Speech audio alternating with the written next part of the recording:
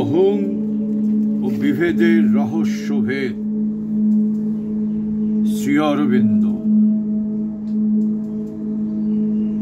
ঈশোপনিষদ ব্যাখ্যা প্রসঙ্গে অহংকারের হেতু হল যে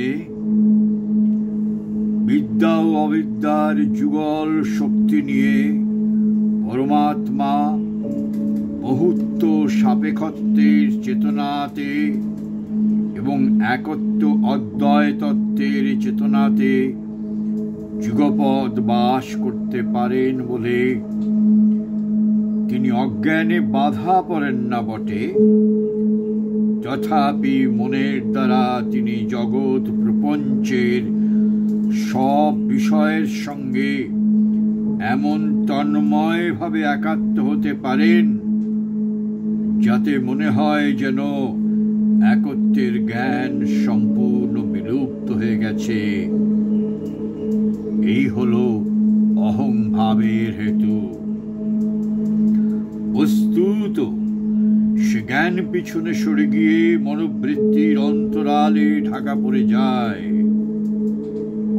এই জন্যই বিশ্ব প্রকৃতিতে মনের বৃত্তিগুলি বিষয়কে বাস্তব বলে গ্রহণ করতে পারে এবং অন্তর্নিবাসী অন্তরাত্মাকে সীমাবদ্ধ বিষয়ের আপাতবোধের দ্বারা নিরূপিত বলে ধারণা করতে পারে, অথবা কোনো বিষয়কে সমগ্র বিশ্বের একটা বিশেষ দিক বা বহির্মুখ বলে না দেখে প্রত্যেক বিষয়কে অপর সব বিষয় থেকে বিবিক্তভাবে অবস্থিত এক একটা পৃথক অস্তিত্ব বলে বোধ করে।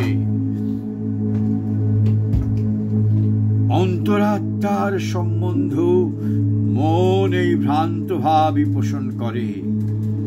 এই হলো অজ্ঞানের বিভ্রম। এতেই সমস্ত বাস্তব সত্য মিথ্যাতে পরিণত হয়। এই বিভ্রমকেই অহংকার বলা হয়। এই ব্যবচ্ছেদী অহংবোধের জন্য প্রত্যেক জীবেরই নিজের স্বতন্ত্র ব্যক্তিত্বের ধারণা জন্মে। এই বিভাজনের ফলে জীব বিশ্বের সঙ্গে সংগতি স্থাপনের শক্তি হারায়, আর তার পরিণামে বিশ্বকে ভোগ দখল করবার অক্ষমতা আসে। কিন্তু ভোগ দখল করবার বাসনাই অহংকারের প্রধান প্রবৃত্তি।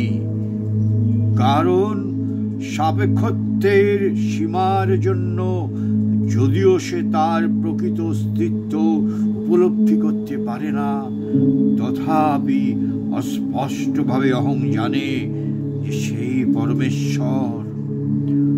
তার ফলে হয় নিজের অন্য সবার সঙ্গে বিরোধ, মানসিক ও শারীরিক ক্লেশ, দুর্বলতা, অক্ষমতা বোধ, তমসাচ্ছন্নতা এবং আত্মসার্থকতার অভিপ্রায়ে বাসনা কামনা প্রবৃত্তির ক্ষেত্রে আপ্রাণ চেষ্টা আর অবসাদ হতাশার ফলে মৃত্যু ও সংহতিভেদের দিকে শক্তির পরাবৃত্তি। পরাধীনতার নিদর্শন হল বাসনা আর তার সাথে বিরোধ ও দুঃখ। যে মুক্ত, একাত্ম ও প্রভু, তার বাসনা নাই। অবিচ্ছেদ্য নিত্য সত্যের বলে সে সব গ্রহণ করে, ভোগ দখল করে।